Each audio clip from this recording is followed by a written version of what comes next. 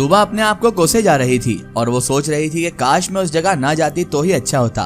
काश भाई की गाड़ी वहाँ खराब ना होती और मैं गाड़ी से उतरकर महर से बात करने के लिए उस पेड़ के नीचे ना जाती, तो शायद आज हम इतने ज्यादा दुखी नहीं होते। तलहा ने उसे समझाते हुए कहा कि तूबा मायूस मत हो, कोई बात नहीं, मैंने किसी से बात की है तूबा, वो अभी कुछ दिन के लिए बाहर गए हैं। जैसे ही वो यहाँ आ जाते हैं तो हम उनके पास जाएंगे। उनके पास हमारी इस परेशानी का हल मौजूद है और वो ही हमें इस परेशानी से निजात दिला सकते हैं। वो हमारी मदद जरूर करेंगे और वो हमें इस परेशानी से छुटकारा दिलवाएंगे। तलहा ने तूबा को बड़ी तसल्ली के साथ समझाया और उसे हिम्मत भी दिलाई। तूबा ने भी हम करा और उसके बाद सर झुका लिया और दोनों मायूस सा चेहरा लेकर बैठे हुए थे। तलहा ने कभी अपनी पूरी जिंदगी में भी नहीं सोचा था कि तूबा से उसकी शादी होगी, तो उसे शादी के शुरुआत के दिन जो हर हस्बैंड वाइफ के लिए बहुत अच्छे दिन होते हैं, जिसमें वो अपनी लाइफ के पल बिताते हैं, उसे ऐसे गुजारने पड़ेंगे, वो भी तूबा के साथ। उसे बिल्कुल भी इस बात का अंदाजा तक नहीं था। तूबा और तलहा दोनों यही सोच रहे थे कि काश ये जिनज़ादा ना होता तो हमारी जिंदगी कितने अच्छे से गुजरती। दोनों बेचारे जैसे तैसे खाना खा रहे थे और अपनी जिंदगी व्यतीत कर रहे थे, क्योंकि दोनों को अब कुछ भी मजा नहीं आ पा रहा था जिंदगी में, क्योंकि उनके पीछे एक ऐसी बला, एक ऐसा जिन्नात पड़ा हुआ था जो उन्हें हर वक्त परेशान किए हुए था। बहरहाल दोनों सो गए। अचानक रात के 1 बजे तूबा की घबराहट के मारे नींद खुल गई।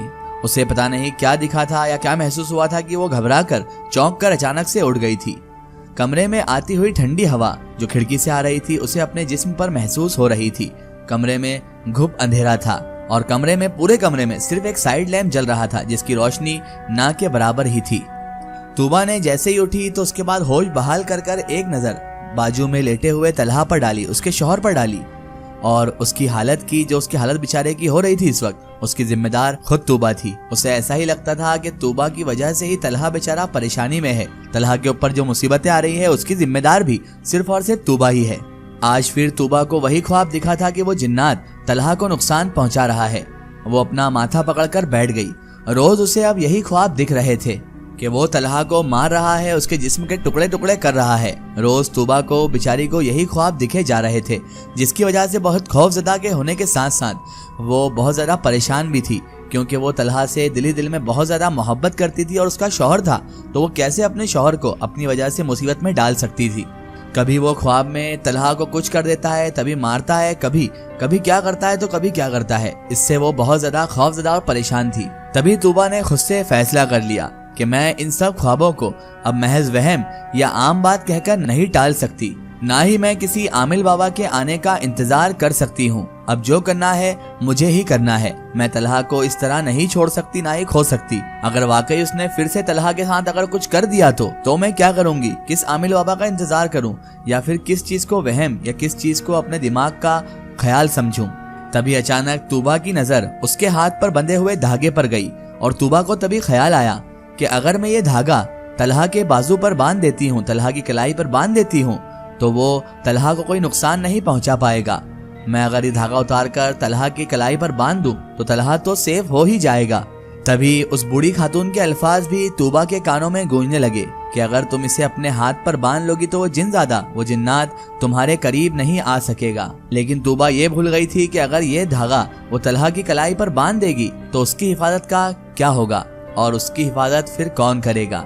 तूबा ने बिना सोचे समझे, बिना कुछ जाने वो धागा अपनी कलाई से उतार कर तलहा के बाजू पर बांध दिया और तूबा ने अब तलहा को बचाने के लिए बिना सोचे समझे खुद को बहुत बड़ी मुसीबत में डाल दिया था, खुद को बहुत बड़ी परेशानी, बहुत बड़ी आफत में धकेल दिया था। और ये सब उस जिन्नात की एक साजिश थी, क्योंकि वो जिन्नात यही तो चाहता था कि कैसे भी करके तूबा को डरा चमका कर वो जैसे तैसे तूबा के हाथ से वो धागा उतरवा दे, ताकि फिर वो तूबा के करीब आ सके और अपनी ख्वाहिशात पूरी कर सके। और तूबा ने उसे कामयाब भी कर दिया था। तूबा जाने अनजाने में वो चीज कर चुकी थी जो वो जिनज़ादा चाहता था और उसके मंसूबे में वो कामयाब हो चुका था और तूबा अब उसके षड्यंत्र में, उसकी साजिश में फंस चुकी थी। तूबा ये नहीं जानती थी कि अब तूबा ने तलहा को तो सेव कर दिया है, तलहा के साथ अब कुछ नहीं होगा, लेकिन तूबा के साथ क्या होने वाला है ये वो खुद भी नहीं जानती थी।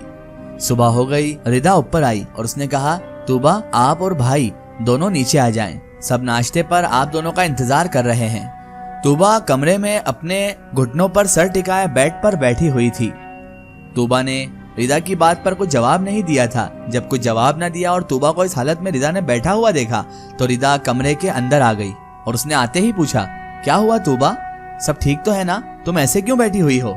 रिदा ने तूबा के बाजू पर जैसे ही हाथ रखा तो तूबा ने अपना सर ऊपर उठाया और अजीब अंदाज में रिदा को देखने लगी।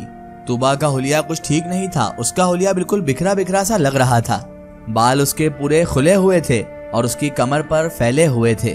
तूबा के चेहरे पर एक अजीब सी वीरानी, वहशत और सियाह हो रहा था तूबा का चेहरा। ऐसा लग रहा था मानो उसके चेहरे पर कोई नूरो नमक ही नहीं हो। और तूबा की आंखें बिल्कुल लाल अंगारे जैसी हो रही थी, मानो ऐसा लग रहा था जैसे तूबा की आंखों से अभी खून निकलने लग जाएगा। इतनी ज्यादा सुर्ख और लाल आंखें हो रही थी उसकी। तभी तलहा की नींद खुली। तलहा ने बोला, ये क्या। तलहा अपने हाथ में काला धागा देखकर, अपनी कलाई में काला धागा देखकर बड़बड़ाया, अगर ये मेरे हाथ पर तूबा ने बांधा है तो फिर तूबा का क्या हुआ होगा। तलहा अभी यही सोच रहा था कि रिदा के चीखने की आवाज आई। तलहा जल्दी से ड्रेसिंग रूम से बाहर निकल आया। सामने उसने जैसे ही तूबा की तरफ नजर दौड़ाई तो तूबा बेड पर बैठी हुई अजीब अंदाज में हंस रही थी और रिदा बेचारी दूर खड़ी हुई डरी सहमी चीख चिल्ला रही थी। तूबा ने गर्दन घुमाकर तलहा को देखा जो हैरान और परेशान सा खड़ा हुआ ये सब माजरा देख रहा था अपनी आंखों से। तलहा को देखकर तूबा और जोर जोर से हंसने लगी और वहशत उसकी हंसी में साफ नुमाया हो रही थी। उसके बाद अचानक हंसते हंसते तूबा ने अपना सर नीचे झुका लिया और फिर कमरे में तूबा के रोने की आवाजें अचानक गूंजने लगी।